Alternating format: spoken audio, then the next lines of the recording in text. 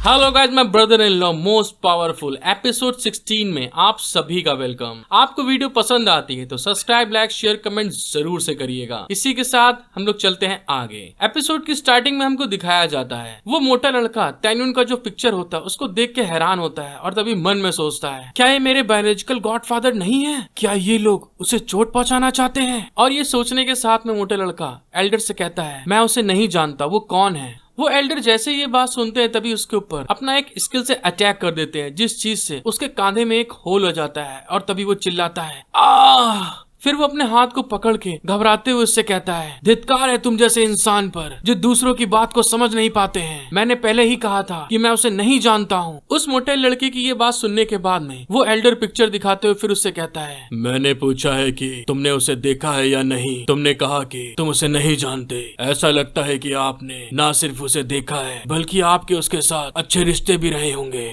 उस एल्डर की ये बात सुनने के बाद में वो मोटा लड़का घबराते हुए अपने मन में सोचता है, ये बूढ़ा आदमी सच में बहुत चालाक है। फिर वो एल्डर उस मोटे लड़के ऊपर गुस्साते हुए कहते हैं, इस चर्बी के ढोल को पकड़ो और इस जगह में सभी लोगों को मार डालो। उस एल्डर की बात सुनने के बाद में जो उसके साथ के गार्ड होते हैं वो दोनों उस मोटे लड़के के पास में गुस्साते हुए आगे बढ़ रहे होते हैं। फिर वो मोटा लड़का बहुत सारा घबराते हुए चिल्ला के कहता है, नहीं, मेरी फैमिली को मत मारो। क्या ये ठीक होगा अगर मैं तुमको सब बता दूं? और जैसे उसने ये बात बोली होती तभी दिखाते एकदम से एल्डर उसकी छाती पे एक जोर से लात मारते हैं, जिसके कारण वो घिसटता हुआ पीछे की तरफ जाता है। फिर दिखाते हैं एल्डर को। एल्डर उसके सर के ऊपर अपने पैर रख के खड़ा होता है और तभी उसके ऊपर गुस्साते हुए कहता है, आप गलत समझ रहे हैं। हत्या करना हमारा शौक है और चाहे आप बताएं या नहीं, इससे कोई फर्क नहीं पड़ता। फिर वो उस मोटे लड़के से कहता है, चिंता मत करो, मैं तुम्हें एक बहुत खास सीट दूंगा। जब हम तुम्हारे परिवार के सारे लोगों को मारेंगे तो तुम मजे से वहाँ देख सकते हो और तब हम तुम्हें धीरे धीरे तब तक टॉर्चर देंगे जब तक तुम हमें सब कुछ बता ना दो जो हम जानना चाहते हैं। फिर हमारा सीन शिफ्ट हो जाता है और हमको दिखाया जाता है उसी डंजन को जहाँ पे लायन और तान्युन दोनों वहाँ पे उस मिनोटॉर मॉन्स्टर के साथ में फाइट कर रहे थे। मिनोटॉर मॉन्स्टर अपनी सारी ब्लड को रिकवर करने के साथ में वहाँ पे बहुत जोर से रोर कर रहा होता है और तान्युन और लायन दोनों उसके सामने खड़े होते हैं। तभी तान्युन उसकी इस तरह की पावर को देखने के बाद में अपने मन में सोचता है, बकवास, मैंने कभी नहीं सोचा था कि इस डीमन को काटा नहीं जा सकता है। फिर लायन अपने मन में सोचती है, हमारी ताकत लगभग खत्म हो चुकी है। फिर तान्युन गुस्साते हुए कहता है, धिक्कार है, हमें क्या करना चाहिए अब? जब तान्युन वहाँ पे गुस्सा ही रहा होता है तभी दिखाते हैं लायन उसकी तरफ देख के ब्लश करते हुए कहती है, तान्युन, मैंने देखा कि जब भी डीमन अपने माथे से उस हरी लाइट को निकालता है ऐसा लगता है कि ये डीमन हमेशा बस अपने सिर की रक्षा करता है। तान्युन लायन की ये बात सुनने के बाद में गुस्साते हुए कहता है, इसका मतलब ये है कि जो इसका सिर है यही इसका वीक पॉइंट है। और इस चीज का पता चलने के साथ में उसे थोड़ी राहत मिलती है और तभी वो गहरी सांस लेता है, चलो अच्छा है, कम से कम पता तो चला। फिर तान्युन दोबारा जोश में आने के साथ चिल्ला के कहता है, तो फिर ठीक है, हम उसे मारने की फिर कोशिश करेंगे।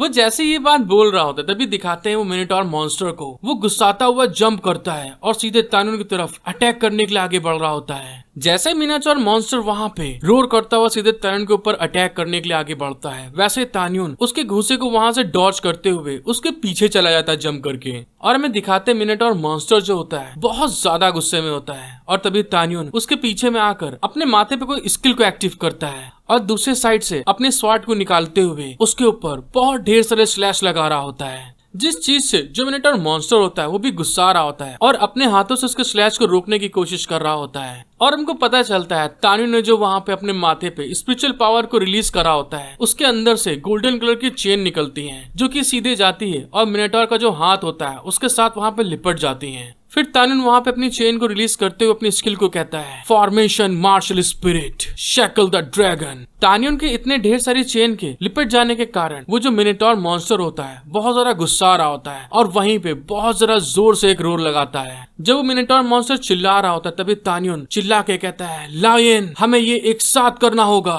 और तान्युन और लायन अपने स्वॉर्ड्स को लेके मिनोटॉर मॉन्स्टर की तरफ आगे बढ़ रहे होते हैं। फिर हमको पता चलता है तान्युन और लायुन ने उस मिनोटॉर मॉन्स्टर के ऊपर अपनी तलवार से बहुत ढेर सारे अटैक कर रहे होते हैं, जिस चीज के स्लैश उसके शरीर पे दिख रहे होते हैं। इतने ढेर सारे अटैक के कारण उस मिनोटॉर मॉन्स्टर को बहुत ज्यादा दर्द होता है और तभी वो वहाँ पे गुस्साते हुए बहुत जोर से चिल्लाता है। जब तान्युन उसकी तरफ देखता है तो कुछ देख के बहुत ज्यादा शॉक्ड हो जाता है और तभी हमको पता चलता है मिनोटॉर मॉन्स्टर ने अपनी पावर का यूज करने के साथ में जो तान्युन का फॉर्मेशन स्किल होती है उसकी चेन्स को वहाँ पे तोड़ देता है। और हमको पता चलता है जो मिनोटॉर मॉन्स्टर होता है वो बर्जर्क मोड में चला गया होता है, मतलब वो एकदम जंगली पागल हो चुका होता है। तभी उस मिनोटॉर मॉन्स्टर के नीचे एक फॉर्मेशन बन गई होती है और तभी तान्युन उसके ऊपर अटैक करते हुए कहता है फॉर्मेशन स्कैटरिंग विंड्स। और ये कहने के साथ में ही उसके नीचे से बहुत ढेर सारी हवा का प्रेशर बवंडर की तरह निकलता है और उस मिनोटॉर मॉन्स्टर को ऊपर हवा में उठा देता है। तान्युन के इस फॉर्मेशन का फायदा उठाते हुए लाइन जब देखती है कि मिनोटॉर मॉन्स्टर हवा में है, तभी वो अपनी तलवार से वहाँ पे खड़े खड़े आइज लॉन स्लैश उस मिनोटॉर मॉन्स्टर के ऊपर लगा देती है। लायन के बहुत ढेर सारे स्लैश उस मिनोटॉर मॉन्स्टर की तरफ जा रहे होते हैं और वो मिनोटॉर मॉन्स्टर हवा में इस समय फ्लोट कर रहा होता है। वो जैसे ही उसके ऊपर स्लैश लगता है तो दिखाते हैं मिनोटॉर मॉन्स्टर की जो बॉडी होती है वो धीरे धीरे करके उसकी बॉडी फ्रीज होना स्टार्ट हो जाती है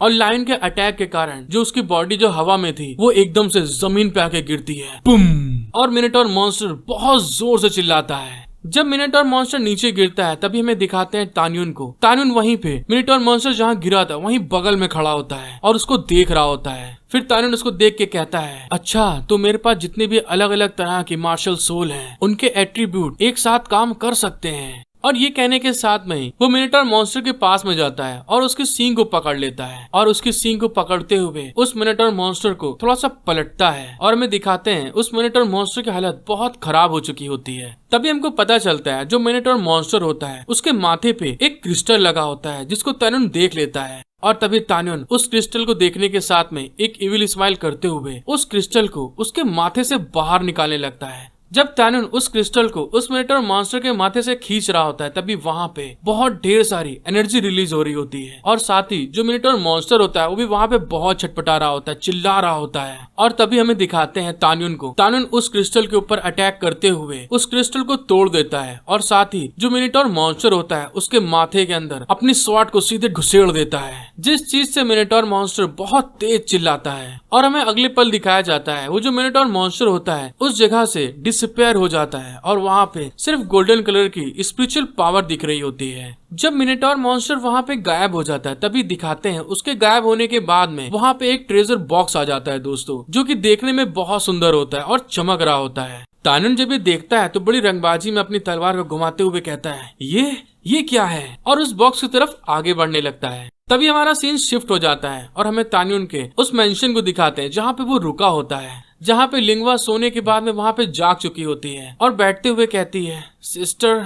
ब्रदर इन लॉ तुम दोनों कहाँ हो। जब वो उठ के बैठती है तभी दिखाते हैं एकदम से बाहर गेट पे ठक ठक ठक ठक आवाज हो रही होती है। जब लिंगवा ये चीज देखती है तो घबरा जाती है और तभी घबराते हुए कहती है कौन है बाहर। तभी पता चलता है बाहर वही नौटंकीबाज लौंडा होता है दोस्तों, जो तान्युन को अपना बायोलॉजिकल ग्रैंडफादर कहता है और वो कहता है दूसरी गॉड मदर मैं आपका गॉड सन हूँ, वहाँ पे जिन नाम का एक बूढ़ा व्यक्ति है जो आपको ढूंढ रहा है। उसकी ये बात सुनने के बाद में लिंगवा बहुत ज्यादा शॉक्ड हो जाती है कि मेरा गॉड सन कौन पैदा हो गया। फिर लिंगवा वहाँ पे उठती है और धीरे से उसी नौटंकीबाज लौंडे के पास आ जाती है और उससे कहती है तुम किस बारे में बात कर रहे हो। और साथ ही में दिखाते हैं वो जो लड़का होता है वो अपने हाथ में कुछ गिफ्ट्स को लेके आता है और लिंगवा से कहता है दूसरी गॉड मदर आपको यहाँ से चले जाना चाहिए। फिर लिंगवा की तरफ देख के बड़ा अजीब सा मुंह बनाते हुए कहता है मेरा गॉड सन और उसकी पूरी फैमिली पहले ही मर चुकी है। जो बुड्ढा बाहर आया है उसने उन लोगों को मार डाला है और उस बूढ़े आदमी को मेरे आदमी सिटी के ईस्ट साइड ले जा रहे हैं, इसीलिए मैं गॉड मदर को अपने साथ में सिटी के वेस्ट साइड ले जाऊंगा। उस नौटंकीबाज लौंडे की ये बात सुनने के बाद में लिंगवा वहाँ पे गुस्सा जाती है और बड़े एटीट्यूड में कहती है तुम रुक जाओ, अभी सबसे पहले मुझे ये बताओ यहाँ पर चल क्या रहा है, क्या हुआ है यहाँ पे। जब लिंगवा ने ये चीज बोली होती है तभी हमारा सीन शिफ्ट हो जाता है और हमको उस मोटू का वहीं का घर दिखाया जाता है जहाँ पे उस एल्डर ने उसकी फैमिली के सारे लोगों को मार के एक टीला टाइप बना दिया होता है। हेलो गाइस, आपको वीडियो पसंद आती है तो सब्सक्राइब, लाइक, शेयर, कमेंट जरूर करिएगा। इसी के साथ मिलते हैं हम लोग नेक्स्ट एपिसोड में। एपिसोड की स्टार्टिंग में हमको दिखाया जाता है जिन फैमिली का बूढ़ा एल्डर उस मोटे लड़के को बांध के रखे हुआ होता है और तभी उससे कहता है, अब आपकी फैमिली में जितने भी 28 साल के लोग थे सब मर चुके हैं, तो क्या अब भी आप मुझसे झूठ बोलेंगे? उसकी ये बात सुन के वो मोटा लड़का बेचारा बस रोने वाला होता है। फिर वो मोटा लड़का गुस्से में चिल्ला के कहता है, तुम कमीने बुड्ढे, मैं मर भी जाऊंगा तो भी मैं तुमको आकर मारूंगा। मोटे लड़के की ये बात सुनने के बाद में वो एल्डर बहुत ज्यादा हंसने लगता है और हंसते हुए कहता है, अच्छा ऐसी बात है तो ठीक है, मैं आत्माओं को मारने के बारे में 1 या 2 बातें जानता हूँ। थोड़ी ही देर में मैं तुम्हें मार डालूंगा और मैं तुम्हारी आत्मा को भी बहुत तड़पाऊंगा। उस बड़ों की ये बात सुनने के बाद में वो जो मोटा लड़का होता है बहुत ज्यादा घबरा जाता है और रोने लगता है। तभी रोते हुए कहता है, अगर तुम मुझे मारना चाहते हो तो मुझे मार डालो, लेकिन फिर भी मैं तुमको श्राप दूंगा। मोटे लड़के ने जैसे ये बात बोली होती तभी दिखाते हैं वो नौटंकी वाला लौंडा आ गया होता है और उसके माथे पे आकर कस के एक घूंसा मारता है और चिल्लाते हुए कहता है, ऐसे कपड़े पहनकर क्या आप अपनी माँ होने का नाटक कर रहे हो? अपने गॉडफादर को सामने देख के वो बहुत ज्यादा शॉक्ड हो जाता है और तभी रोते हुए कहता है, गॉडफादर आप यहाँ पर क्यों आए हो? क्या आपको भी उस कुतिया के पिल्ले ने पकड़ लिया था? उस मोटे की बात सुनने के बाद में वो नौटंकी वाला लौंडा बहुत ज्यादा गुस्सा जाता है और गुस्से में कहता है, क्या तुम 1 नंबर के बेवकूफ हो? क्या वो बच्चा तानियुन जो सच में तुम्हारे लिए ये सब करने लायक है जो तुम कर रहे हो उसके लिए? और ये कहने के साथ में वो बूढ़े एल्डर की तरफ मुड़ जाता है और मुड़ते हुए हंस के उनको ग्रीट करते हुए कहता है, कियान भाई मेरा गॉडसन बहुत ज्यादा बेवकूफ है, प्लीज इसकी बातों का आप बुरा मत माने। मैं आपको उस बदतमीज टैंगुन के पास ढूंढने के लिए ले चलूंगा। हालांकि मैं आपसे एक विनती करता हूँ कि आप मेरी एक छोटी सी विनती को पूरा करें। उस नौटंकी वाले लड़के की बात सुनने के बाद में वो बूढ़ा इंसान थोड़ा शॉक्ड हो जाता है और तभी कहता है, अच्छा बताओ तुम्हारी क्या विनती है? उस बूढ़े एल्डर की बात सुनने के बाद में वो अपने घुटनों के बल आके उनके पास आ जाता है और हंसते हुए उनसे कहता है, वो मैंने ये सुना है कि टैंगुन की एक बहुत अच्छी साली है जो बहुत सुंदर है और उसका फिगर भी बहुत मस्त है, बिल्कुल ब्यूटीफुल है, और सच कहूँ तो वो देखने में बहुत ज्यादा जेंटल और गॉर्जियस है। मुझे नहीं पता कि मैं उसको कैसे हासिल कर सकता हूँ। और ये बात को कहते हुए एकदम से दिखाते हैं वहाँ पे एक तलवार एकदम से निकलती है और हमको पता चलता है दोस्तों वो जो नौटंकी वाला लौंडा होता है उसने अपने एक खंजर को निकाल के उस बड़ों की छाती के आर पार कर दिया होता है, जिस चीज को देखने के बाद में वो बड़ों बहुत ज्यादा शॉक्ड हो जाते हैं। और तभी उसको मारते हुए वो नौटंकी बाज लौंडा इविल स्माइल करके कहता है, अगर मैं तुम्हें उसकी अच्छाइयों का अनुभव करा सकूं।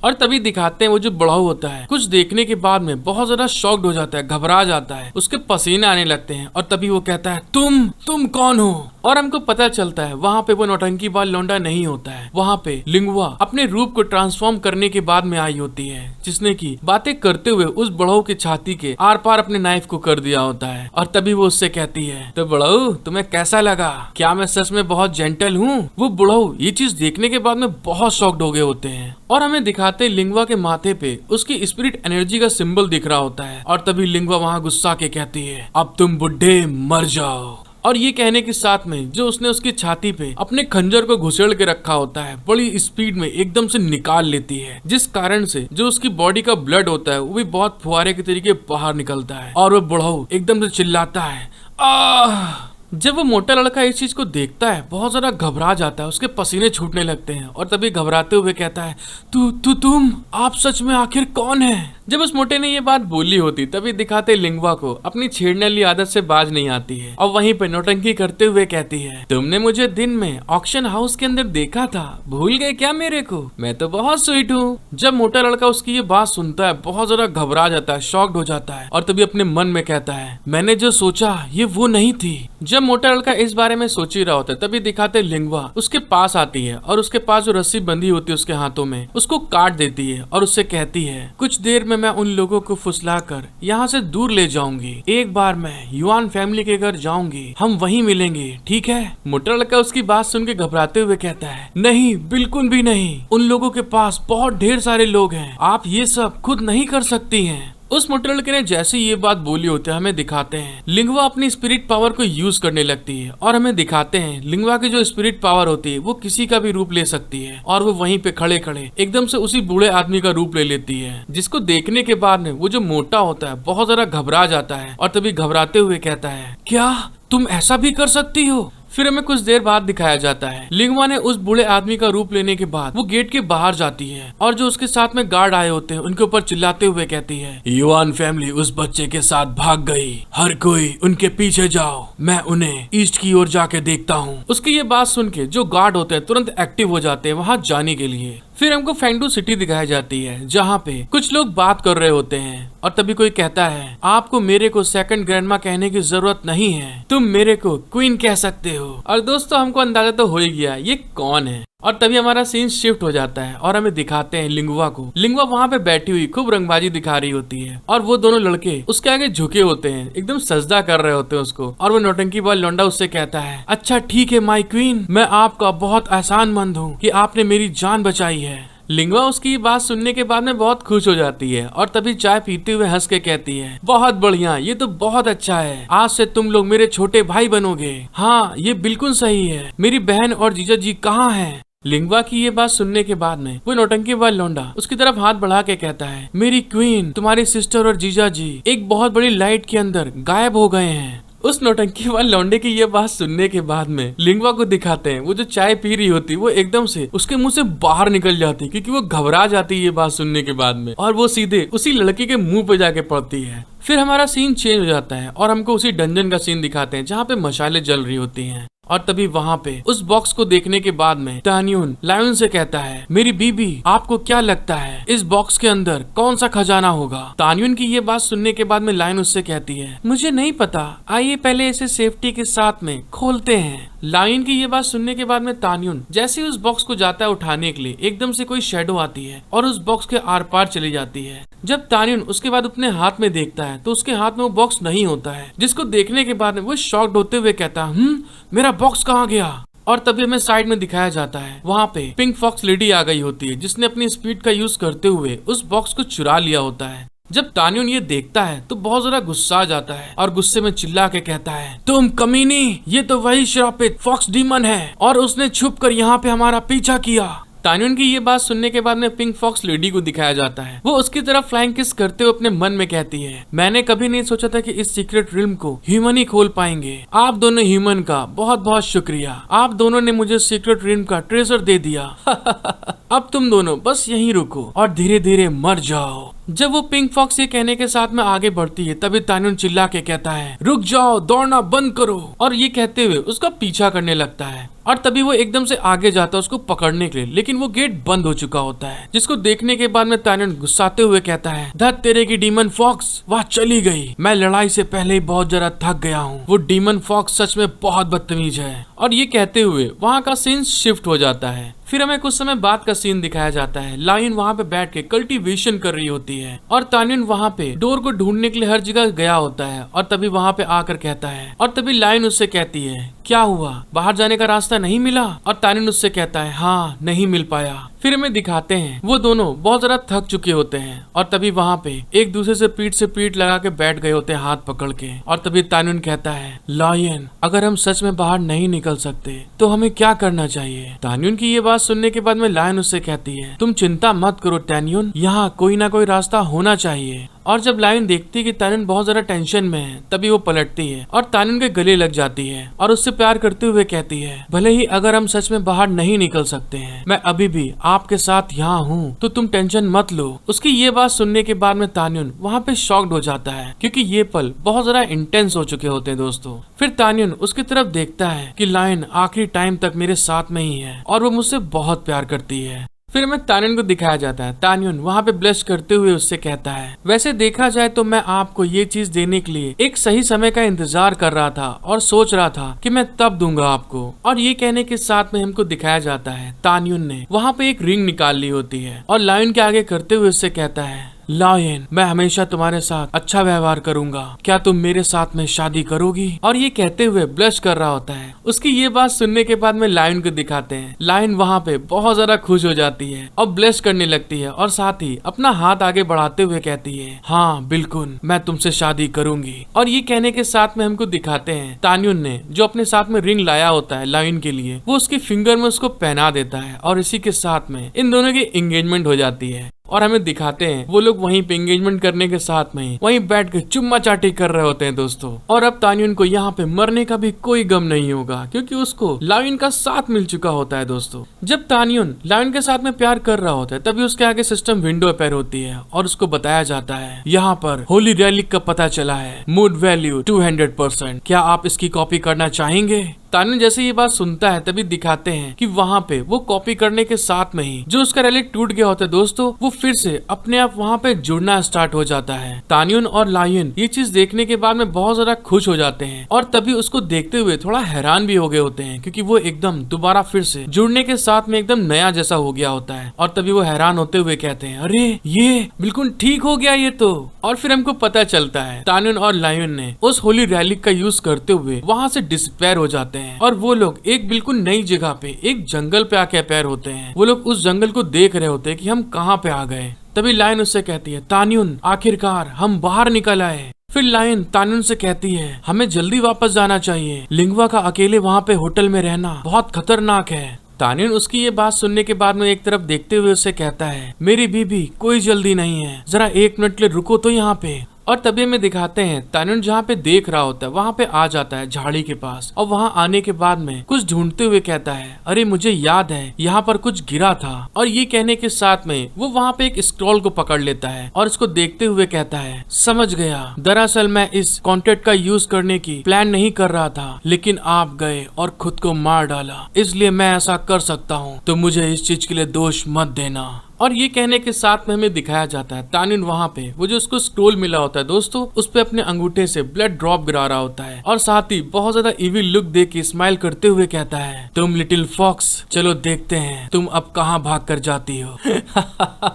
तुम ही वो हो जिसने मुझे बार बार उकसाया है, आज मैं अपना बदला लेने जा रहा हूँ। और ये कहने के साथ में वहाँ से सीन शिफ्ट हो जाता है और हमें दिखाया जाता है जो लिटिल फॉक्स होती है वो एक स्प्रिंग में नहा रही होती है और नहाते हुए बहुत ज्यादा खुश होती है और साथ में उसके हाथ में वही ट्रेजर बॉक्स होता है जो वहाँ पे उस रूम्स के अंदर से उसने चुराया था। और वो उस ट्रेजर बॉक्स को देख के स्माइल करते हुए कहती है इस बॉक्स के अंदर 1000 साल पहले का सीक्रेट है, देखते हैं इसमें क्या है। पिंक फॉक्स जैसे ये बात को कर रही होती तभी दिखाते एकदम से उसे कुछ फील होता है और वो घबराते हुए कहती क्या ये क्या हो रहा है। और हमें दिखाया जाता है वो जो पिंक फॉक्स उस स्प्रिंग के अंदर नहा रही होती वहाँ से एकदम से गायब हो जाती, टेलीपोर्ट हो जाती है। और दोस्तों वो टेलीपोर्ट होने के साथ में एकदम से जहाँ तान्युन होता है वहाँ बिना कपड़ों के वहाँ पे आ जाती है, जहाँ पे उसके बड़े बड़े बैलून आप देख सकते हैं। वहाँ पे आने के बाद में वो लिटिल फॉक्स एकदम से शॉक्ड होते हुए कहती है ये मैं कहाँ आ गई हूँ। फिर वो इधर उधर देख रही होती है कि अभी तो मैं पानी के अंदर थी, अब सारा का सारा पानी कहाँ गया। और वो वही चीज फील कर रही होती है जिसको देखने के बाद में जब तान्युन उसको बिना कपड़ों के देखता है दोस्तों तो वो एकदम शॉक्ड हो जाता है, हैरान हो जाता है और उसके नाक से एकदम भलभला के खून निकल आता है उसकी बॉडी को देखने के साथ में ही। और बगल में जो उसकी बीवी खड़ी होती है वो उसको ऐसे करते हुए देख के बहुत ज्यादा गुस्सा आ रही होती है। फिर हमारा सीन शिफ्ट होके उस जगह पे आ जाता है जहाँ पे लिंगवा होती है। वो दोनों मोटे पत्ते लड़के बाहर गेट के खड़े होके ठंडा रहे होते हैं और तभी मोटा लड़का कहता है गॉडफादर हमारी क्वीन कहाँ गई, हम कब तक इस तरह से यहाँ इंतजार करेंगे। उसकी बात सुनने के बाद में वो नौटंकी वाला लौंडा बोलता है अरे बेवकूफ तू चुप रहे, हम ऐसा ही करेंगे, हम क्वीन के वापस आने का वेट करेंगे क्योंकि ऐसा करना बहुत ज्यादा अट्रैक्टिव होना चाहिए। शायद ऐसा हो सकता है कि क्वीन ये चीज करने के बाद में हमारा टेस्ट ले रही हो।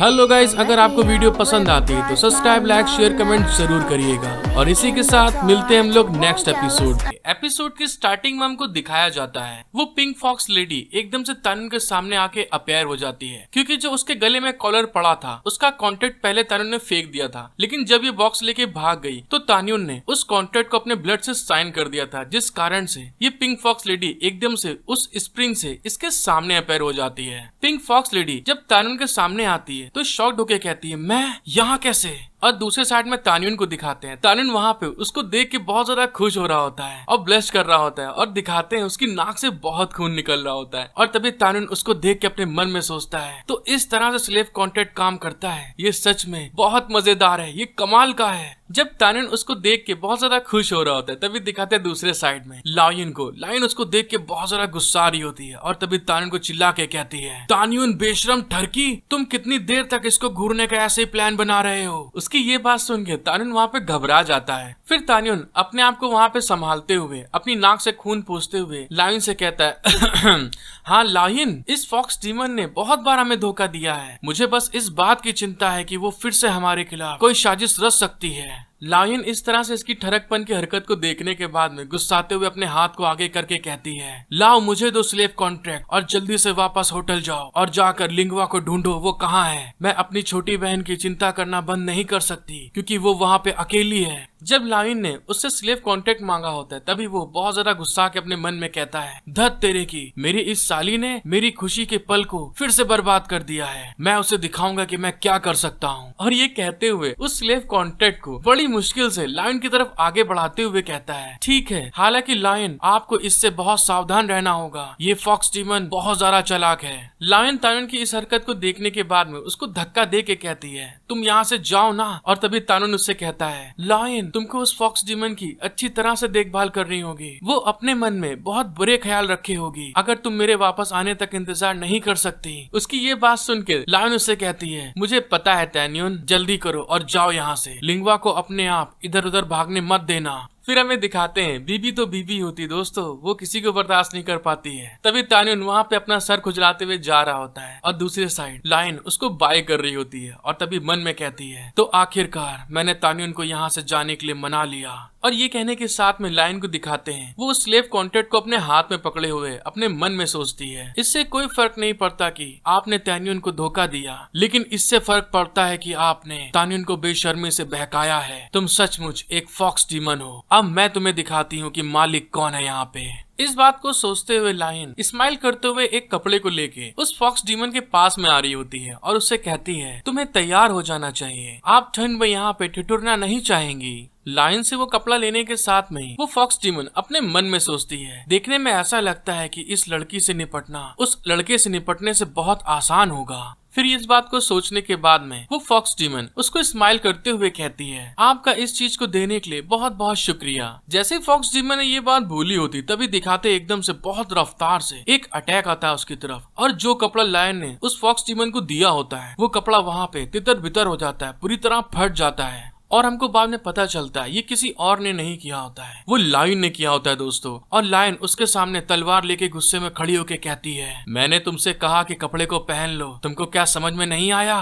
उसके इस तरह के चेंज बिहेव को देखने के बाद में लिटिल फॉक्स बहुत ज्यादा हैरान हो जाती है कि एकदम से इसे क्या हो गया। और तभी ये कहने के साथ में ही लायन वहाँ पे एक और ड्रेस को नीचे फेंक देती है जिसको पहनने के लिए वो लिटिल फॉक्स घुटने पे बैठ जाती है। लायन अपनी तलवार को उसके कांधे पे रख देती है जिस चीज से वो एकदम घबरा जाती है। जब वो लिटिल फॉक्स लायन की तरफ देखती है तो वो देखती कि वो बहुत ज्यादा गुस्सा होती है और वो उसको सबक सिखाना चाहती है। और तभी लायन कहती है, तुम इधर आओ और यहाँ आकर कपड़े पहन लो, तुमको समझ में नहीं आ रहा है क्या। और दोस्तों यहाँ पे जो लायन का लुक होता है एकदम हॉट एंड सेक्सी लग रहा होता है। उस पिंक फॉक्स लेडी ने जैसे ही कपड़े पहने होते हैं लायन ने अपनी तलवार चलाकर फिर से उसके कपड़े अपनी तलवार के स्लैश से फाड़ दिए होते हैं और उस कारण से उसके बलून साफ साफ दिख रहे होते हैं। और तभी लायन उसके कपड़े फाड़ने के साथ में मन में सोचती है, तुम्हें ऐसा लगता है कि मैं तुम्हें कपड़े इतनी आसानी से पहनने दूंगी, जिस चीज से वो लिटिल फॉक्स बहुत ज्यादा घबरा रही होती, डर गई होती है। और हमें फिर दिखाते हैं जो लायन होती है उसने अपने स्लैश चला के जो कुछ बचे उसके टिके हुए कपड़े होते हैं उसको बुरी तरह फाड़ देती है। अब तो उसकी हालत बहुत ज्यादा बेहाल हो चुकी होती है,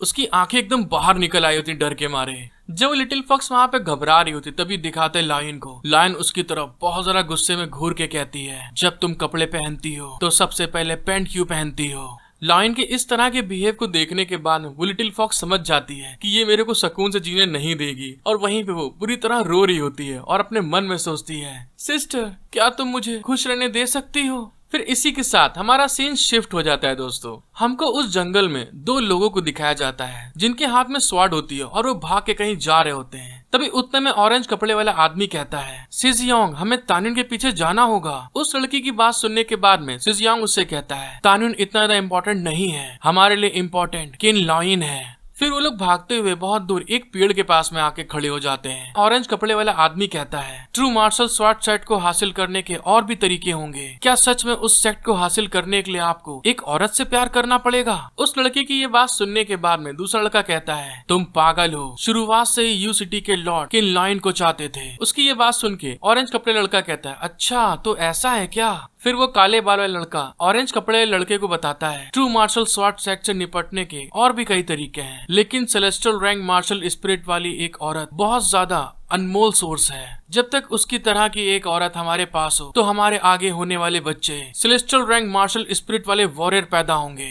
उसकी ये बात सुनने के बाद में ऑरेंज कपड़े लड़का शॉक्ड होते हुए कहता है, इसमें कोई आश्चर्य की बात नहीं है, लेकिन क्या गोल्डन सिटी के जो सिटी लॉर्ड है उनका लड़का भी मर नहीं गया? क्या उसकी मार्शल स्पिरिट बहुत अच्छी नहीं थी? उसकी ये बात सुनने के बाद में ब्लैक हेयर लड़का कहता है, जहाँ तक मुझे पता है जिन फैमिली के जिन तियान हाओ जैसी मार्शल स्पिरिट वाले कम से कम 10 लोग हैं, और वे सभी सिटी लॉर्ड के बच्चे हैं। जिन तियान हाओ की परवाह किसे है? जिन सिन की सेलेस्टियल रैंक मार्शल स्पिरिट क्या मायने रखती है? उस लड़के की ये बात सुन के जो ऑरेंज कपड़े लड़का होता है वो हैरान होते हुए कहता है, अरे हाँ, ये आप सही बोल रहे हैं। क्या किन लॉयन की कोई छोटी बहन नहीं है? उसकी मार्शल स्पिरिट क्या है? ऑरेंज कपड़े वाले की ये बात सुनने के बाद में वो ब्लैक हेयर लड़का हंसते हुए कहता है, मैंने उसकी छोटी बहन की मार्शल स्पिरिट के बारे में कुछ नहीं सुना है, शायद ये बहुत मजबूत नहीं है। उसकी ये बात सुनने के बाद में ऑरेंज कपड़े लड़का उससे कहता है, अच्छा तो ऐसी बात है। और ये कहने के साथ में एकदम से वहाँ पे तलवार चलती है, जिस चीज से वो जो ब्लैक हेयर लड़का होता है उसके मुंह पे एकदम से खून निकलता है और वो खांसता है और वो एकदम से शॉक्ड हो जाता है कि ये क्या हुआ।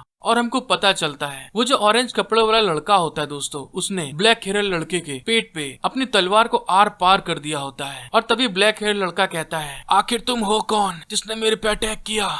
उस ब्लैक हेयर लड़के की बात सुनने के बाद में वो ऑरेंज कपड़े लड़का गुस्साते हुए कहता है, मैं वही हूँ जिसे तुम बोल रहे थे कि मैं बहुत कमजोर हूँ। उसकी ये बात सुनने के बाद में वो ब्लैक हेयर लड़का बहुत ज्यादा घबरा जाता है, उसके पसीने छूटने लगते हैं। और हमको पता चलता है लिनहुआ ने अपने रूप को चेंज करने के बाद में उस लड़के का रूप ले लिया होता है और लिनहुआ वहाँ पे उसको देख के बहुत जोर से हंस रही होती है। फिर लिनहुआ उसके कान के पास में आकर उसको कहती है, ये सही है, मेरी मार्शल स्पिरिट मेरी बहन के समान ही है, ये भी एक सेलेस्टियल रैंक की मार्शल स्पिरिट है। उसकी ये बात सुन के जो ब्लैक हेयर लड़का होता है वो बहुत ज्यादा शॉक्ड होता है, घबरा रहा होता है। और तभी लिनहुआ जो उसने तलवार उसकी छाती में भोंकी होती है वो उसकी तलवार को खींच के उसको आगे धक्का दे देती है।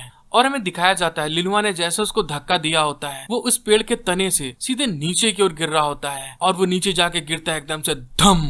फिर लिनहुआ वहाँ उस पेड़ के तने से नीचे उतर के उसके बगल में आ जाती है और उसको देख के अपने मन में सोचती है, मैंने अपनी बहन और जीजा के पीछे पड़े लोगों में से आखिरी को भी मार डाला है। फिर हमें दिखाते लिनहुआ वहाँ पे बहुत ज्यादा इविल लुक देख के स्माइल करते हुए कहती है, दीदी जीजा अब आप बेफिक्र हो सकते हैं, मैं अब बड़ी हो गई हूँ, मैं हर चीज का ख्याल रखूंगी।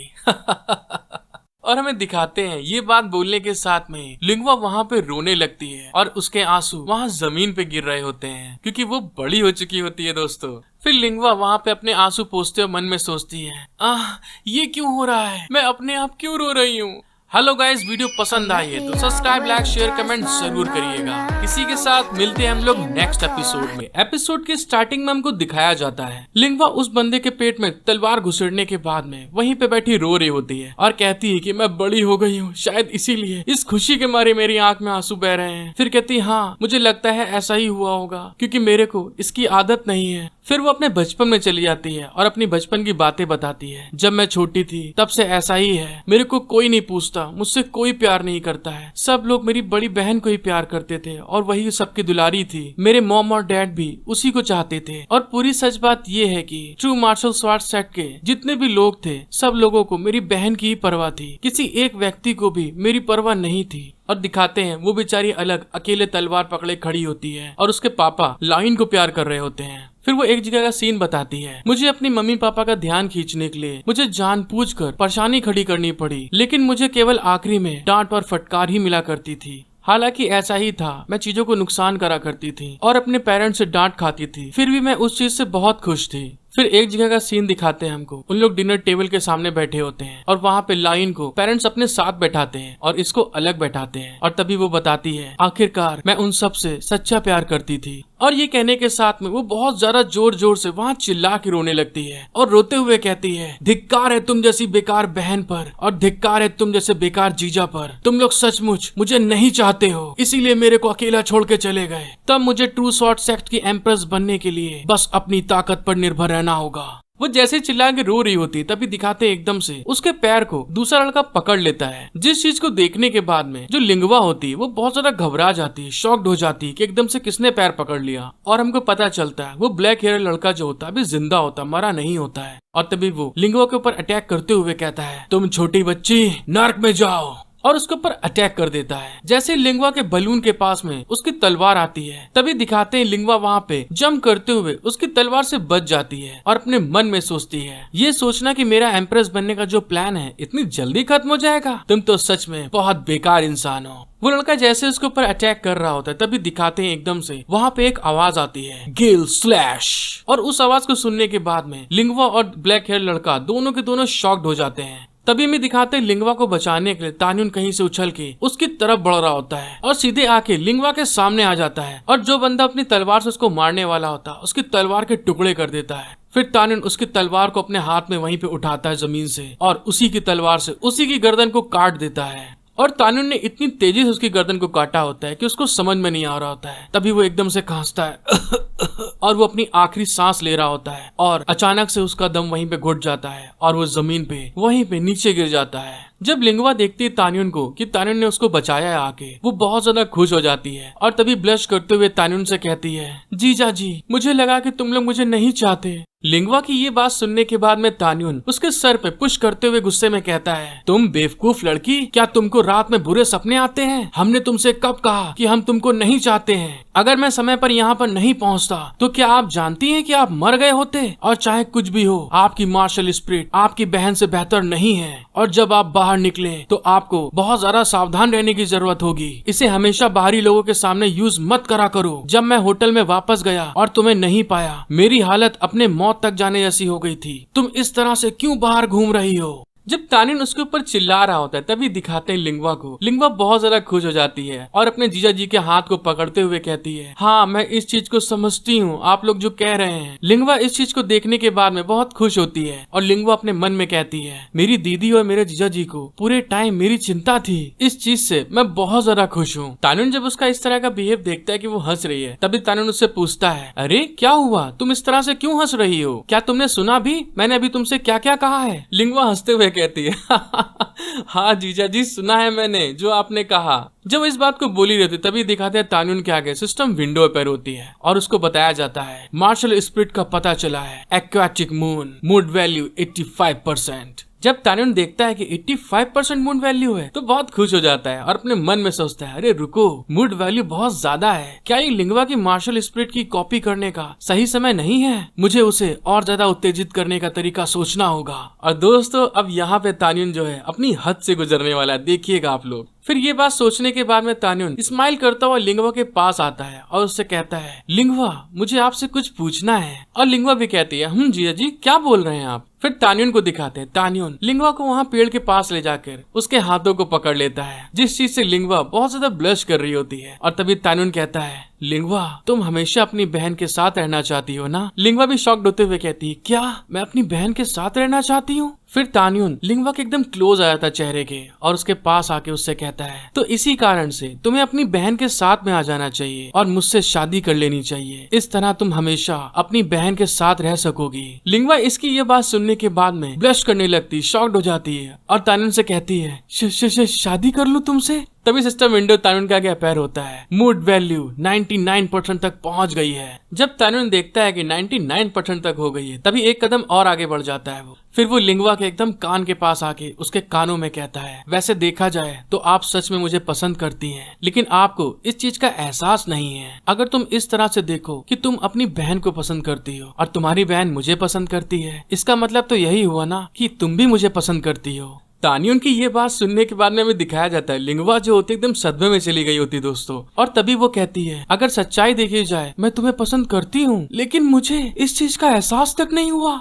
जैसे लिंगवा ने ये चीज कहा होता है, तानियन का आगे फिर से सिस्टम विंडो अपेयर होती है और उसको बताया जाता है आपने मूड वैल्यू 100% तक कर ली है और आपकी aquatic moon spirit successfully copy हो गई है। जब तानियन देखता है कि हाँ मार्शल स्पिरिट कॉपी हो गई है, तभी तानियन फॉल बैक कर लेता है और लिंगवा के माथे पे एक उंगली मारता है जिससे कि लिंगवा सदमे से थोड़ा बाहर आ जाए। फिर तानियन उसके सामने खड़े होके कहता है अच्छा ठीक है, मैं तुम्हें अब चिढ़ाना बंद कर दूंगा, तो इसलिए तुम इसको आसान बनाओ और दोबारा से वही लिंगवा बन जाओ जैसी तुम हुआ करती हो। और लिंगवा गुस्से में अपने माथे को छू रही होती क्योंकि उसके दर्द हो रहा होता है। और हमें दिखाते हैं लिंगवा वहाँ पे बहुत जोर जोर से रोने लगती है और रोते हुए कहती है तुम बदतमीज जीजा जी, आप तो मुझे चिढ़ा रहे थे, तुम अगर इसी तरह करते रहे मैं तुमको मार दूंगी। वो जैसे ही मारने के लिए अपना हाथ आगे बढ़ाती है, तभी दिखाते हैं तानियन उसके हाथों को पकड़ लेता है और लिंगवा से हंसते हुए कहता है अच्छा ठीक है, अब तुम शांत हो जाओ, तुम्हारी बहन हमारे लौटने का इंतजार कर रही होगी, चलो फिर मेरा हाथ इस तरह से पकड़ो कि तुम खो ना जाओ। उसकी ये बात सुनने के बाद में लिंगवा ब्लश कर रही होती है। जब तानियन उसका हाथ पकड़े हुए उसको ले जा रहा होता है, तभी लिंगवा बहुत ज्यादा खुश होती है और उसको ऐसा फील हो रहा होता है जैसे कि उसकी दीदी उसका हाथ पकड़े है। और तभी लाइन कहती है लिंगवा मेरा हाथ पकड़े रहो ताकि तुम खो ना जाओ। और लिंगवा भी कहती है मेरी बहन मुझे बहुत पसंद है। और जब वो सामने देखती है तो वो एक साइड में तानियन और एक साइड में लाइन को देखती है। लिंगवा को वो दोनों एक तरह लग रहे होते हैं। और तभी तानियन कहता है अरे ओ बैलट जाग जा,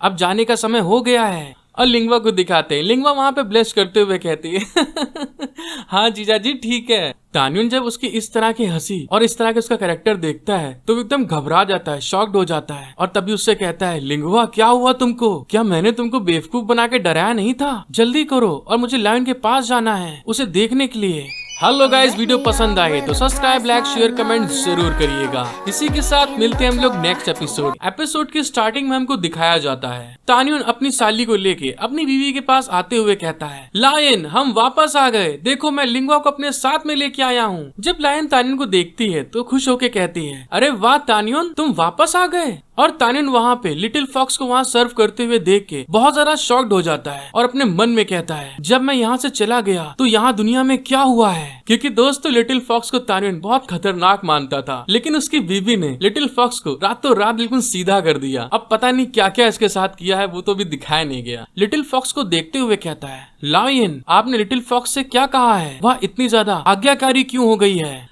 लायन तानियन की ये बात सुनने के बाद में हंसते हुए कहती है तानियन क्या तुम ये सच में जानना चाहते हो कि मैंने क्या किया है। तानियन जब ये चीज सुनता है तो उसे याद आता है कि मेरी बीवी बहुत खतरनाक है। और तभी वो घबराते हुए कहता है नहीं मैं बिल्कुल भी जानना नहीं चाहता हूँ। और साथ ही अपने मन में सोचता है मैं बिल्कुल भी लायन को धोखा नहीं दे सकता, वरना मैं एक भयानक मौत मरूंगा। देखा दोस्तों, ये होता है बीबी की पावर। जब तानियन इस बारे में सोच ही रहा होता है तभी दिखाते लायन को। लायन वहाँ पे खड़ी होती है और लिटिल फॉक्स से बोलती है लिटिल फॉक्स ट्रेजर बॉक्स को बाहर लाओ। लिटिल फॉक्स लायन की ये बात सुनने के बाद में ब्लश करते हुए कहती है हाँ ठीक है मास्टर। और दोस्तों मुझे ये बताओ ये क्या है जो शेप बगल में लेफ्ट साइड में दिख रहा है, ये पीछे का हिस्सा है कि ऊपर का हिस्सा है। और तभी हमें दिखाते हैं जो लिटिल फॉक्स होती है उसने अपने बलून में हाथ डालती है, शायद उसकी स्टोरेज स्पेस अपनी बलून के अंदर ही बना के रखी होगी। और अपने बलून में से उस ट्रेजर बॉक्स को जो रिंस के अंदर से मिनोटॉर मॉन्स्टर को मारने के बाद हासिल किया था वो तानियन के आगे कर देती है। लेकिन तानियन कहता है अरे तू ट्रेजर बॉक्स हटा, अभी मुझे बलून देखने दे, वो बहुत शेपदार है। और ये सोचते हुए उसके मुंह में राल चूरी होती है एकदम, और वो बिल्कुल सपनों में चला गया होता है।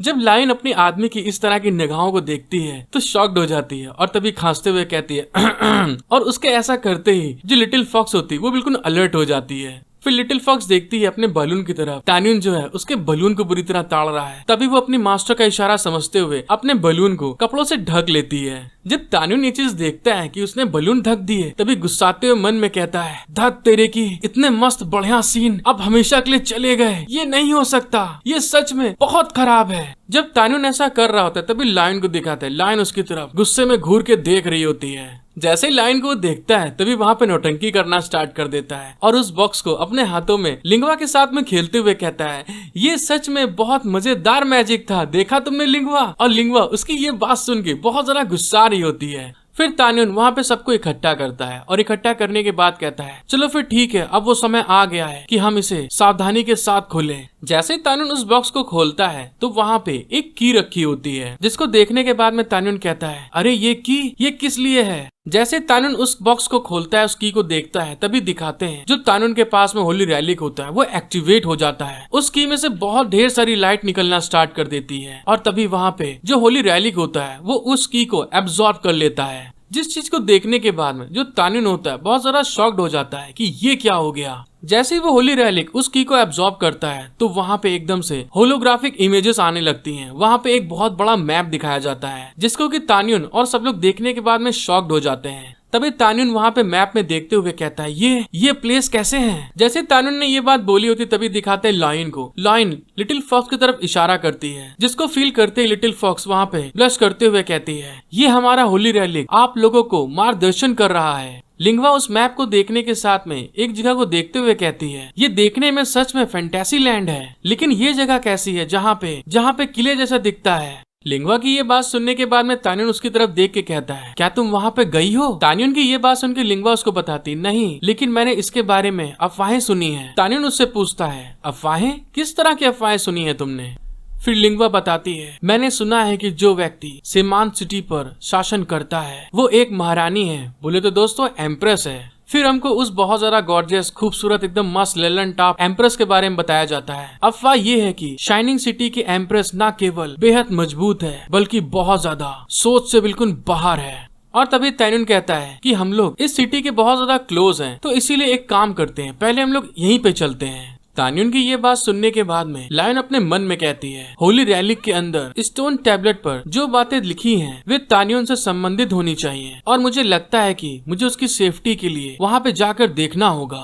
फिर लायन इस चीज को सोचने के बाद में तान्युन से कहती है तान्युन चलो फिर ठीक है हम लोग वहाँ चलते हैं। और तान्युन भी कहता है ओके, फिर निकलते हैं यहाँ से।